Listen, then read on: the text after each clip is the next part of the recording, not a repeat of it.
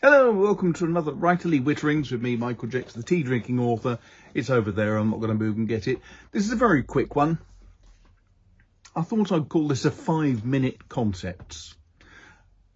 And the reason for it is I was asked the other day, apologies for the dog, she's bored. I was asked the other day if I could talk about using AI for aspects of book writing. I thought that's a really interesting concept, actually. And so I thought, yes, I would talk about it. So here's a quick 5-minute on my views about using AI. Simple answer is don't do it.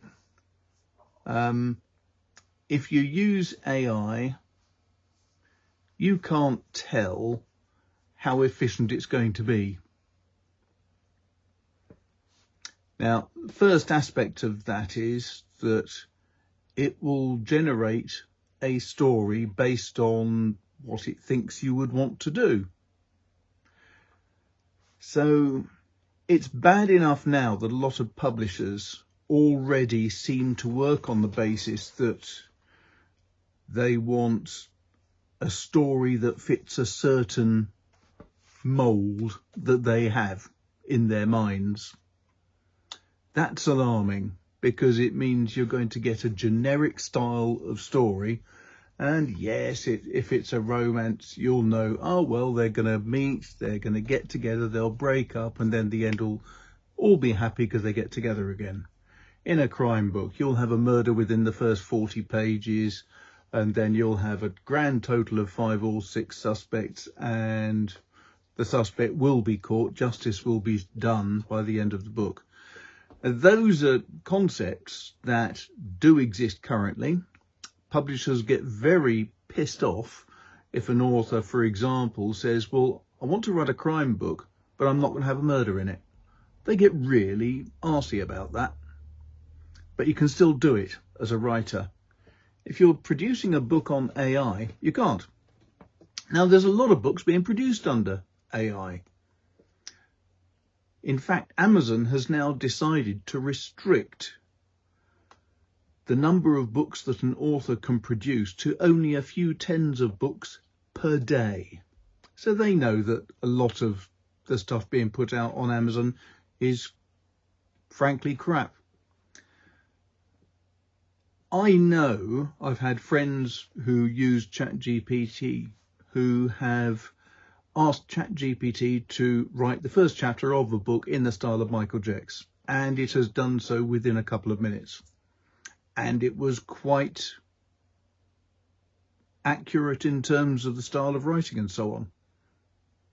Does that mean you should use it? No, because at the end of the day, if you'd start using AI, as an example, what's it going to do about different types of language used by different characters in your book? One of the aspects about being a novelist is designing characters who are unique, who are specific. So I have one character who uses bloody as a swear word a lot, whereas someone else uses much cruder terms or much lighter terms. These are little hints that give you a clue to the character of the person. I had, I think it was the Dean of Exeter Cathedral, who was quite a bright bloke, and I had him constantly interspersing his conversation with ers and ums, because I think quite a few people who use a lot of ers and ums are actually very intelligent, and they're just waiting to see if their audience has caught up with their language, and also waiting for their own brain, because they're moving at such a rapid pace of thought that they put in the ers and ums so that their brain can catch up, or their mouth can catch up with their brain, or the other way around. Anyway, something like that. But it means that you've got a much more specific, discrete type of character, which I think works. And I don't think you'll get that with AI.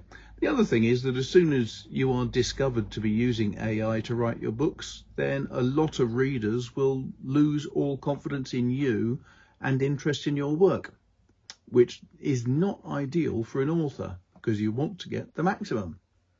And that's almost 5 minutes, so I'm going to stop there.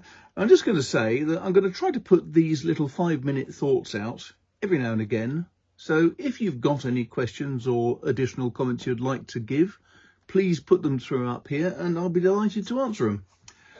Very quick, short update here. For those of you who are interested,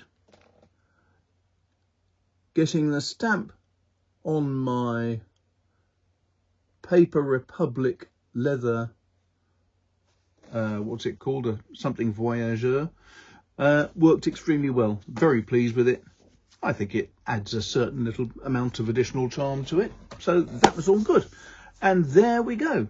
If you'd like to support this channel, do please feel free to Patreon. You can buy me a coffee, you can send a super thanks, all that sort of good stuff, and subscribe and all those things.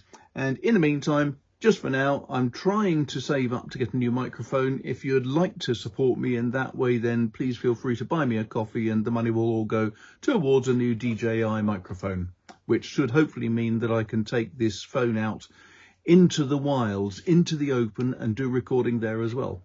And that is it. Bye-bye.